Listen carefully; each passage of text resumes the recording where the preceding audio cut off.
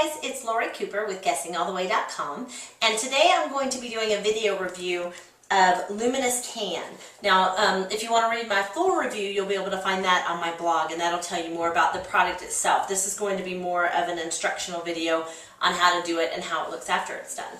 So, if you look at my legs, just at the bottom, you can see a line right here. I had spray tan probably about 10 days ago. I only did one leg so that you guys would be able to see a difference, and I kept a sock on, so I've been walking around looking kind of silly, but that was for you to be able to see what it looks like, see that there is a color difference, and I only did it to about right here, so you can see the color difference in my leg. That's using the medium color tan from Luminess Air. And like I said, this was about 10 days ago, so it is starting to fade right in here.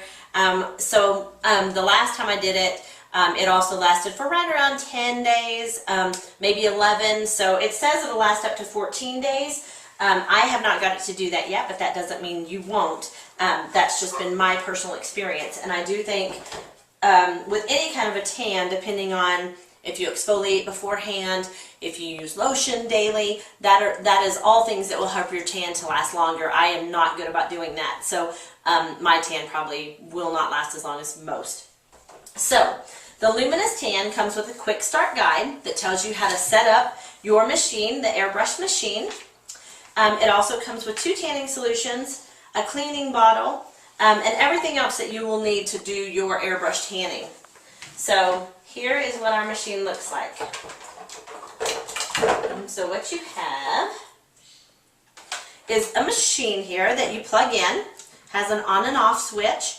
When you get it, you'll have to put your air hose into here and to here, really simple. I was a little intimidated when I first got it, thinking that I might not know how to use it or how to set it up, but it was extremely easy.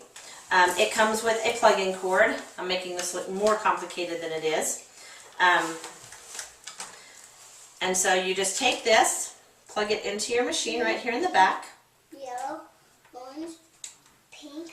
And then you're going to plug it in, which is going to be a problem for me because I don't have a cord right here, so I'm probably going to have to move. But you plug it in, and you'll turn it on, and then you have your little airbrush wand here that has the ability to go faster, slower, simply by pulling this, and I don't know if you can see that on the video, but it comes back and then moves forward, and that determines how much solution is coming out at one time. This is the cleaning bottle that you want to do every time after you tan. You want to make sure that you put your cleaning bottle on there, and you want to clean out your airbrush wand here. So here is our tanning solution, and this is the one that I had already opened to do my body the first time. I have not done a full body yet. I've been just kind of experimenting with it. I think it takes a little bit of practice to get it right, but not a lot, not as much as I was afraid it would. So alright, so you're going to screw your bottle of color on. They have a medium and they have a dark. I don't know if they have a fair, but I think the medium's a really nice color. So you just simply screw that on, and then we're going to turn it off, and I'm going to get set up so that I can show you how it works. Hi, it's me again. As you can hear, I have it going at this point, so it does make a little bit of a loud noise, not super loud, but you can definitely tell that it's on. And I've been calling this an airbrush wand. I make up my own words because that's what I do. It's an airbrush stylus, so a little bit more professional sounding. So I have it going. I have my airbrush sunless tanning solution in here, and now I'm going to go ahead and get started. You can't feel this, but I can. It has air coming out of it right now, but no solution until I release this and start. So we're going to take this leg. I would say it may be smart to do it over a bathtub or somewhere. You could even do it outside if you wanted to, or in a shower would be a perfect place. It does not have a lot of mess, so it's not going to be like if you've gone to a spray booth and it's shooting everywhere. This is pretty precise, so it is going to stay pretty much where you're putting it with just a little bit of spray off. So you do want to be careful, but fairly easy. So here we go.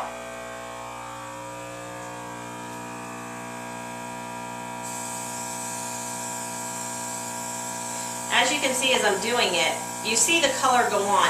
Now that is more of a bronzer so that you can see for application purposes where you've gone. I will say it has an odor. I did not notice the odor after the solution dried, but definitely when I'm applying it, I can smell that tanning smell. You guys know the smell I'm talking about.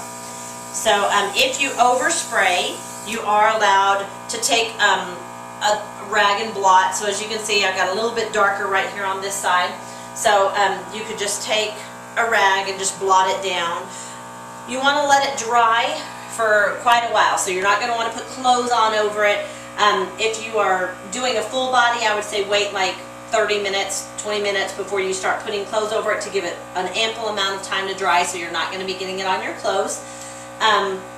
If you have a friend that can help you, I would say big plus, just because if you're trying to do your full body, of course you're not going to be able to get your back, do a good job on all of yourself alone. So if you have a friend that can do it, that is perfect. Otherwise, if you have to do it by yourself, you'll probably be doing more these areas of your body. It is not orangey at all, and I don't think. I mean, right now it may look a little bit that way because I've got it uneven and I need to blot it. But once it is dry and on your legs and you've had it on, I didn't feel like I was orange, so I was very pleased with that. The only negatives I would say is that you can't really do it all by yourself, so you do need somebody to help you. It can be, hard to get it completely even, so you just have to do some practice. I think once you've done it enough that you will get the hang of it. It just takes a little bit of time to figure out how much pressure and that sort of thing to use with your airbrush stylus. Trying to think of anything else you guys may want to know. Again, exfoliate before you do your airbrush tanning. Apply lotion, after the fact, after you're dry and stuff like that, daily. Just apply it. That'll help keep it from sloughing off. And just enjoy your beautiful glow.